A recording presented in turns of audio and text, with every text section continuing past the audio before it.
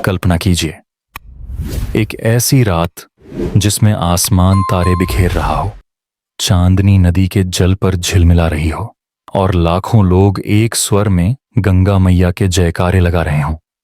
यह कोई साधारण दृश्य नहीं, बल्कि महाकुंभ का अद्भुत संगम है। यह केवल एक धार्मिक आयोजन नहीं, बल्कि यह वह स्थल है जहां इतिहास, पौराणिकता और वर्तमान एक साथ जीवंत हो उठते हैं। आज हम आपको महाकुंभ के इतिहास, उसकी शुरुआत और इससे जुड़े रहस्यमयी किस्सों की एक लंबी और मनोरंजक कथा सुनाने जा रहे हैं।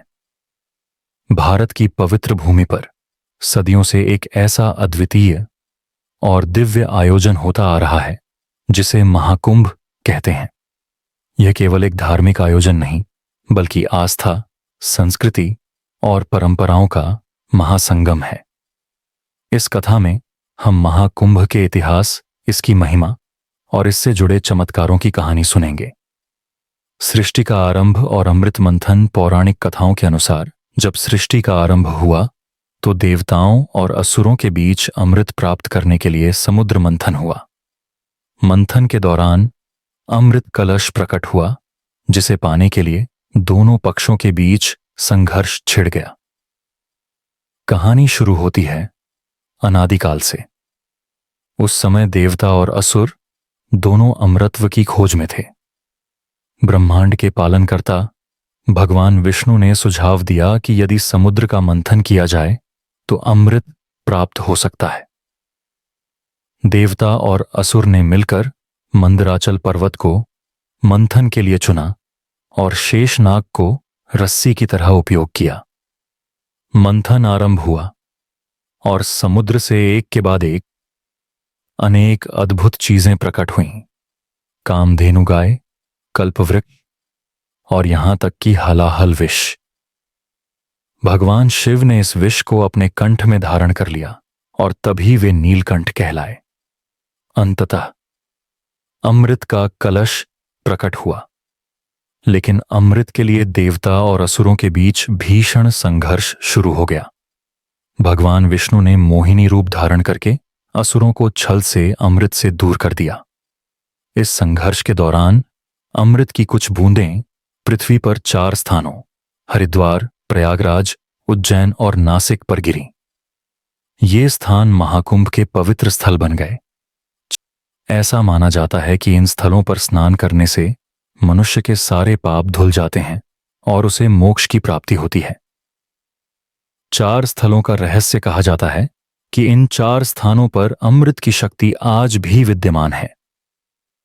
जब जब ग्रह नक्षत्र एक विशेष स्थिति में आते हैं, तब इन स्थलों पर महाकुंभ का आयोजन होता है। लेकिन क्या आप जानते हैं कि हर कुंभ मेले में अजीबोगरीब घटनाएं घटती हैं? एक बार उज्जैन के महाकुंभ में एक साधु ने दावा किया कि वह पिछले 4 कुंभों में भी मौजूद था। उसने कहा कि वह अमृत के प्रभाव से अमर हो चुका है। लोग उसे देखने के लिए उमड़ पड़े, लेकिन साधु कुंभ समाप्त होते ही रहस्यमय ढंग से गायब हो गया। आइए जानें महाकुंभ का इतिहास। महाकुंभ का आरंभ कब हुआ? महाकुंभ का पहला उल्लेख प्राचीन भारतीय ग्रंथों और पुराणों में मिलता है। कहा जाता है कि यह परंपरा त्रेता युग में शुरू हुई थी, लेकिन इसके ऐतिहासिक प्रमाण 8वीं शताब्दी में आदि शंकराचार्य के समय से मिलते हैं। उन्होंने धार्मिक एकता और समाज के पुनर्जागरण के लिए महाकुंभ को और संगठित रूप दिया। संस्कृति और महिमा। महाकुंभ केवल स्नान का आयोजन नहीं है, यह साधु संतों, योगियों और भक्तों का महासंगम है। यहां नग्न साधु, जिन्हें नागा साधु कहा जाता है, अपनी शक्ति और तप का प्रदर्शन करते हैं। भव्य शाही स्नान, जिसमें लाखों श्रद्धालु गंगा, यमुना और सरस्वती के संगम में डुबकी लगाते हैं, एक अलौकिक अनुभव देता है। चमत्कार और मान्यताएं। कहा जाता है कि महाकुंभ के दौरान इन स्थलों पर दिव्य ऊर्जा का प्रवाह होता है। जो श्रद्धालु यहां आता है, वह एक अनोखी शांति और शक्ति का अनुभव करता है। कई लोग कहते हैं कि इस आयोजन में उन्हें अपने जीवन की दिशा बदलने का अवसर मिला। साधुओं की रहस्यमयी दुनिया महाकुंभ का सबसे अनोखा पहलू है नागा साधुओं की दुनिया। ये साधु तपस्वी होते हैं जो दुनियादारी से अलग एक रहस्यमयी जीवन जीते हैं। कहते हैं कि नागा साधुओं में कुछ ऐसे भी होते हैं जो अदृश्य शक्तियों के स्वामी हैं। हरिद्वार के महाकुंभ में एक बार एक बूढ़े साधु ने अपने शिष्य को एक कुंड में डुबकी लगवाई। जब शिष्य पानी से बाहर आया तो वह 80 साल का बूढ़ा साधु एक युवा साधु में बदल चुका था। लोगों का मानना है कि वह साधु अमृत की शक्ति से युवा हो गया। किसी समय की बात है जब प्रयागराज में महाकुंभ मेला आयोजित हो रहा था। लाखों लोग हरिद्वार, उज्जैन, नासिक और प्रयागराज के संगम स्थल पर आए हुए थे। लाखों साधु, संत और भक्त गंगा, यमुना और सरस्वती नदियों के संगम में स्नान करने के लिए आए थे। यह मेला हर बार एक नई श्रद्धा और उत्साह के साथ मनाया जाता था। लेकिन एक रात कुछ ऐसा हुआ जो आज भी लोग याद करते हैं। कुंभ मेला खत्म होने से कुछ दिन पहले की बात है। रात का समय था। संगम के किनारे पर लोग आराम कर रहे थे। कुछ साधु तपस्या में लीन थे और कुछ भक्त अपनी साधना में मग्न थे। अचानक एक अजीब सी खामोशी छा गई। हवा भी जैसे थम सी गई थी। किसी को भी यह महसूस नहीं हुआ कि कब रात का समय और कब दिन का समय हुआ। तभी एक दूर से एक गहरी गूंजती हुई आवाज आई। आवाज इतनी डरावनी थी कि जो भी लोग सुनते वे थर थर कांपने लगते थे। आवाज के साथ साथ एक ठंडी हवा का झोंका आया जिससे सभी के शरीर में सिहरन दौड़ गई। यह आवाज धीरे धीरे और भी पास आती गई। कुछ ही देर में कुछ अजीब सी परछाइयां दिखाई देने लगीं। ये परछाइयां जैसे किसी और ही दुनिया से आई हों। साधु, संत और भक्त सभी डर से कांपने लगे। कुछ ने बताया कि यह आवाज महाकुंभ के दौरान कोई बुरी आत्मा या शैतान की है जो हर महाकुंभ में एक बार आती है। कई लोग यह भी कहते थे कि यह आवाज उन आत्माओं की है जिन्होंने कुंभ मेला में स्नान करते हुए अपनी जान गंवा दी थी और वे अब मुक्त होना चाहती थीं। कुछ लोग तो यह भी मानते थे कि यह आत्माएं संगम के जल में बसती थीं और महाकुंभ के दौरान वे पुनः अपनी उपस्थिति दर्ज कराती थीं।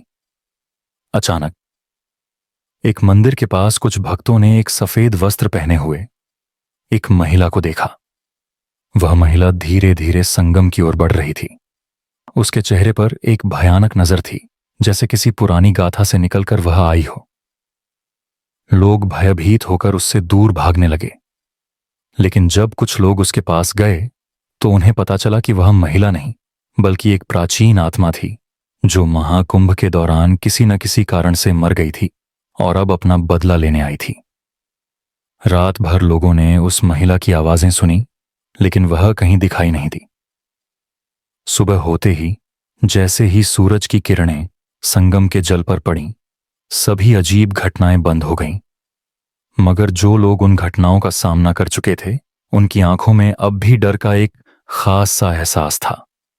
उन्हें अब भी यकीन था कि महाकुंभ के जल में कुछ ऐसी आत्माएं रहती हैं जो सालों से वहां बसी हुई हैं और हर महाकुंभ में वे अपने अस्तित्व का एहसास कराती हैं।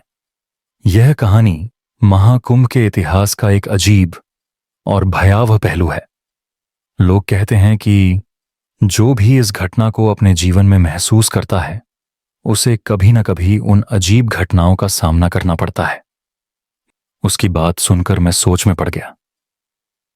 क्या वाकई महाकुंभ में ऐसा कुछ है जो हमारी समझ से परे है? क्या यह केवल एक आयोजन है या इसमें सचमुच ब्रह्मांड का कोई गुप्त रहस्य छुपा है? महाकुंभ केवल आस्था का स्थल नहीं, यह समय के चक्र को नियंत्रित करने का केंद्र है। यहां जो आता है वह बदले बिना नहीं जा सकता। किसी शायर ने कहा है, उलझ करके तेरी जुल्फों में यूं आबाद हो जाऊं जैसे लखनऊ का मैं अमीनाबाद हो जाऊं।